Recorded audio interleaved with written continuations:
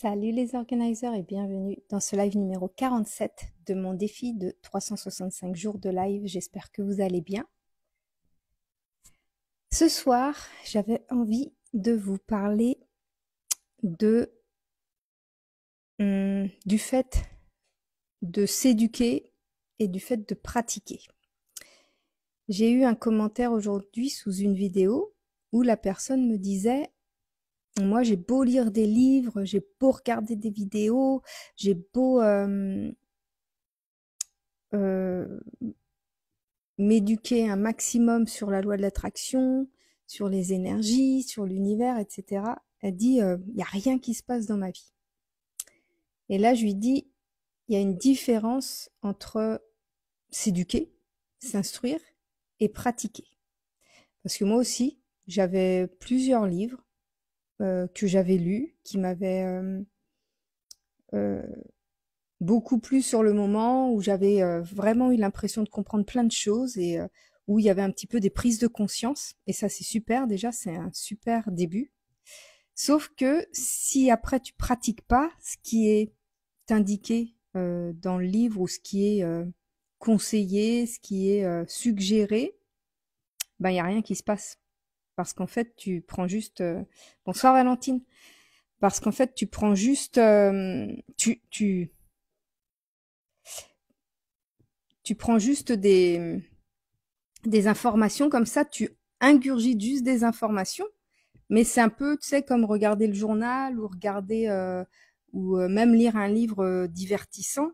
En fait, tu lis le livre, il te plaît sur le coup, tu passes un bon moment, mais en fait après si tu fais rien de plus, bah ça n'a pas plus d'effet qu'un livre de romance ou un livre ou alors une vidéo de divertissement, c'est exactement pareil. Si tu pratiques pas après avoir regardé la vidéo ou après avoir lu le livre, ben effectivement, il va rien se passer de spécial. Bonsoir Magali. Et donc, c'est de ça que je voulais parler ce soir parce que comment est-ce qu'on pratique une vidéo qu'on regarde ou un livre qu'on lit? Toutes les petites vidéos que je partage moi, toutes les vidéos du dimanche que je partage, j'offre surtout sur les dernières vidéos, on va dire que ça fait 3-4 mois que j'intègre tous les dimanches avec mes vidéos sur YouTube des petits guides où il y a des questions, où on peut commencer à faire de l'introspection. Ça va te permettre de tester un petit peu, euh, de tester un petit peu la pratique, voilà, de tester la pratique. Et ça me tenait à cœur parce que j'en vois beaucoup qui me disent en commentaire, voilà, moi j'essaye ça, mais il n'y a rien qui marche. Il y a aussi le fait que si tu testes pas plusieurs choses, si tu crois que voilà, il y en a un, il a fait une méthode et ça a été fantastique pour lui, et tu penses que pour toi ça va marcher, il se peut que cette méthode qui a été fabuleuse pour cette personne-là, bah, elle soit pas adaptée pour toi. Moi, j'ai essayé tout un tas de méthodes et certaines, ça me faisait rien du tout. Et par contre, d'autres qui étaient voilà, qui étaient différentes, ont très très bien fonctionné pour moi. Donc j'essaye un maximum de partager tout ce que j'ai pu tester moi. Et après, c'est vous qui choisissez en fait ce qui vous convient le mieux. Faut tester, faut pratiquer. Et dans les petits guides que je partage le dimanche avec mes vidéos du dimanche, d'ailleurs, il n'y a pas de vidéo aujourd'hui dimanche parce que j'avais fini toutes mes vidéos préparées en avance. Elles ont toutes été publiées et j'ai pas pris d'avance cette semaine. J'avoue que la pleine lune, elle m'a bien secouée. Donc je me suis reposée, j'ai beaucoup dormi et j'avais pas la tête, voilà, ma tête était un peu brouillée, donc voilà, je me suis juste laissée tranquille. J'ai fait ce que j'ai pu. Et puis donc il n'y a pas de vidéo ce soir, mais euh, il y a les vidéos de dimanche dernier. Enfin, il y a tous les dimanches il y a une vidéo, donc il y a quand même de quoi faire. Et j'ai très peu de retours sur les guides que je partage dans mes articles. Tout ça est en description de mes vidéos à chaque fois. Et, euh, et c'est dommage parce qu'en fait, ça permet de voir, de commencer à travailler sur l'introspection, à pratiquer en fait l'introspection, à pratiquer le travail sur ses pensées, sur ses croyances, etc. Et ça permet de comprendre comment ça fonctionne en fait. Parce que lire des livres et regarder des vidéos, ça inspire beaucoup, ça fait prendre conscience de beaucoup de choses. Mais si on pratique pas, on oublie. On oublie. Et puis, si on pratique pas, on comprend pas en fait la profondeur de ce qui est indiqué dans les livres et les vidéos qu'on peut regarder, qu'on peut lire. Parce que il y a tout un aspect qui n'est pas, qui ne peut pas être expliqué au travers des vidéos et au travers des livres. Je vois par exemple, moi qui travaille en ce moment sur mon rapport à l'argent, eh bien, j'ai vraiment commencé à introspecter en profondeur, à me poser tout un tas de questions et à faire très attention à mes réactions par rapport à des situations où ça parle d'argent. Par exemple, quand j'ai une demande d'une cliente, ou par exemple, quand j'ai une prise de rendez-vous, ou par exemple, quand je reçois une somme d'argent sur mon compte, ou quand je reçois une facture, ou quand j'offre un cadeau, ou quand, enfin, à chaque fois que l'argent est, est dans les situations, dans le contexte des situations, eh bien, j'écoute mes émotions et j'écoute mes pensées à ce moment-là. Et si tu savais le nombre de croyances limitantes que j'ai découvert, ce qu'on appelle les couches d'oignon, c'est assez impressionnant. Il y a plein de choses. Ça m'a fait découvrir mon plafond de verre qui est de 1000 euros. Ça m'a fait découvrir euh, euh, la peur de,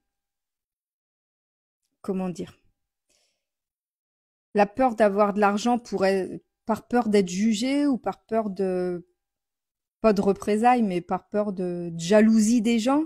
Tu vois, j'ai tellement pas envie d'être vue comme quelqu'un d'autant, d'égoïste ou de je ne sais quoi. Enfin, toutes ces personnes qui peuvent critiquer les gens qui sont riches, notamment sur un autre réseau social sur lequel je suis.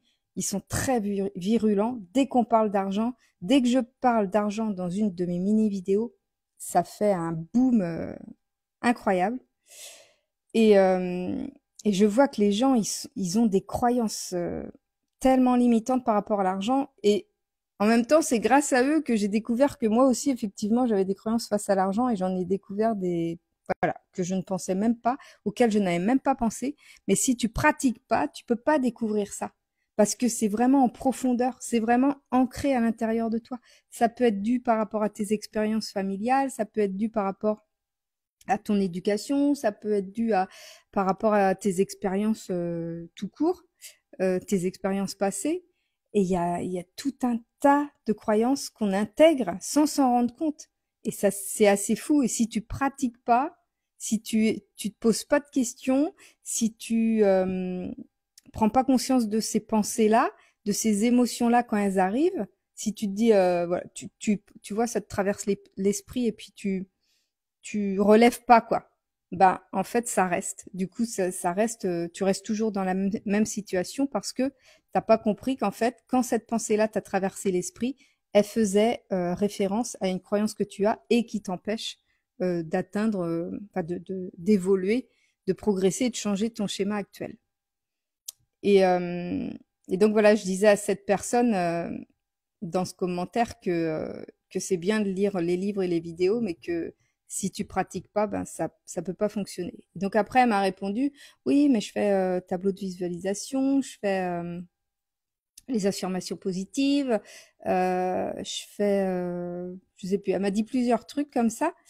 Je lui dis, ok, c'est super, mais je dis, est-ce que euh, tu as aussi conscience de toutes tes limites? Est-ce que tu as conscience de tes pensées qui te limitent? Parce que c'est super de dire des affirmations positives et d'essayer de voir le côté positif des choses et de toujours positiver sur tout. Ça, c'est génial. Sauf que le problème, c'est que ça met un pansement sur des blessures, sur des croyances, et mettre un pansement, c'est pas soigner en profondeur la plaie, en fait. Donc la plaie, qu'est-ce qu'elle fait? Elle pourrit à l'intérieur et tu restes toujours dans le même état avec la douleur sous ton pansement. Donc le principe de la pratique, c'est pas juste de faire ce qu'on t'indique en outil, on va dire, de manifestation, mais c'est aussi d'aller voir ce qui se passe à l'intérieur, ce qui se passe en profondeur, pour savoir si les affirmations que tu dis, elles sont pas en contradiction avec de profondes croyances que tu as. Et du coup, les affirmations, si tes croyances profondes sont plus virulentes que que les affirmations positives que tu te dis tous les jours, bah, ça peut pas fonctionner parce que tu crois plus à tes croyances que tu ne crois en tes affirmations positives que tu te répètes tous les jours. Par contre, quand tu commences à mettre le doigt, quand tu commences à comment dire, prendre conscience de ces croyances et de ces pensées, là, l'affirmation positive, le mantra, tout ce que tu vas faire, le tableau de visualisation, les textes que tu vas pouvoir te lire, etc., tu vas pouvoir les intégrer beaucoup plus facilement parce que à chaque fois que tu vas avoir cette pensée contradictoire, enfin cette pensée négative, cette croyance qui va à l'inverse de ce que tu veux créer, eh bien tu vas dire ah, tu vois là j'ai cette croyance là qui apparaît, ah j'ai cette pensée là qui apparaît, ben non là je t'entends ta croyance, je t'entends ma pensée, je t'entends bien, mais moi je décide, je prends la décision que j'ai envie de croire plutôt à ça. Et que ce que tu es en train de me dire là, ce que tu es en train de, ce à quoi tu es en train de me faire penser, ben, j'ai plus envie d'y croire. Et c'est toi, c'est toujours toi le maître du jeu en fait. C'est toi qui décides. Je le dis souvent dans mes vidéos et c'est vrai, et dans mes textes de publication, etc. C'est toi qui décides ce en quoi tu as envie de croire. C'est toi qui décides ce en quoi tu as envie de, vers quoi tu as envie d'aller en fait. C'est toujours toi qui décides. Pourquoi est-ce que tu crois plus à quelque chose qu'une autre? Pourquoi est-ce que tu crois plus en quelqu'un ou en une situation qu'en une autre? Parce que tu as une croyance dessus, parce que tu as une blessure dessus, parce que jusqu'à maintenant, tu t'es toujours focalisé sur les preuves sur les situations qui te prouvaient que tu avais raison, que tu avais raison de croire à ça. Mais si tu commences à te dire, j'ai plus envie de croire à ça, moi j'ai envie de croire en autre chose, eh ben, ta conscience, ton subconscient, tout ton esprit, en fait, va se diriger vers ce en quoi tu as envie de croire et va te montrer de plus en plus de preuves vers ce en quoi tu as envie de croire. Moi, c'est ce que je pratique, en fait. Mais c'est un travail de tous les jours. C'est tous les jours que tu vois ça. Tu vois, aujourd'hui, j'étais un petit peu piquée par rapport à une publication que j'ai vue de quelqu'un que je connais. Et parce que je dis pourquoi est-ce que ça me pique un peu? Et en fait parce que bah, notre relation amicale s'est arrêtée un petit peu sans raison. Enfin, moi de mon côté, c'est l'impression que j'ai, mais je pense savoir pourquoi cette relation amicale s'est arrêtée. Et et du coup là, j'ai vu cette personne passer un bon moment avec des gens qu'elle aime, etc.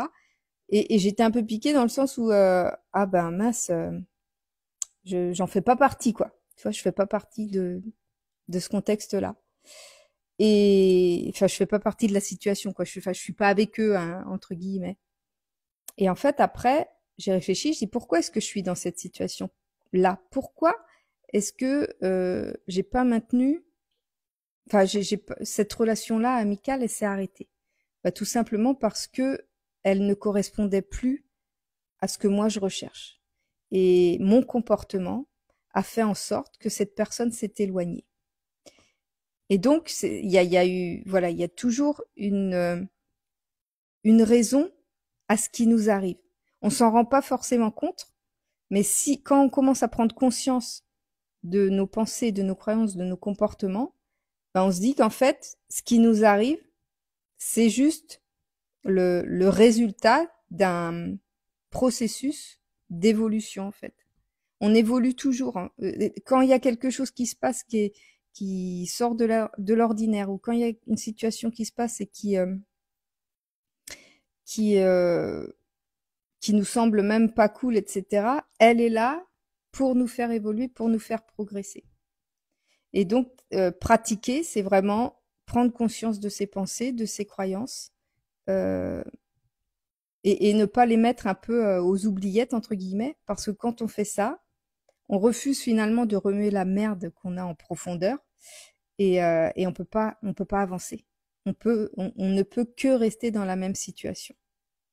Si tu vas pas voir en profondeur ce qui se passe, bah, t'auras beau lire tous les livres de la Terre, t'auras beau lire, t'auras beau regarder toutes les vidéos de la Terre, t'auras beau suivre tous les accompagnements de la Terre, ça ne changera absolument rien si tu ne pratiques pas ben finalement enfin, l'auto-analyse. J'ai pas envie de parler d'analyse parce que voilà, c'est juste prendre conscience de ses pensées pour prendre conscience de ses croyances et des schémas qui se répètent parce que nos comportements, nos pensées, nos croyances, nos blessures nous fait perdurer dans ce même schéma. Quand on en prend conscience, on commence à donner un autre discours à notre subconscient et c'est là que les choses changent. Voilà, c'est ce que j'avais envie de te partager ce soir. J'espère que ça va pouvoir t'inspirer. Euh, j'ai essayé de donner quelques exemples comme ça, mais ça peut toucher dans tous les domaines, hein. Les pensées, elles sont dans tous les domaines. Dès que tu as une émotion, une pensée, ben, c'est le bon moment pour, euh, pour aller te questionner. Voilà, je te fais des gros bisous et puis je te dis à demain pour le prochain live.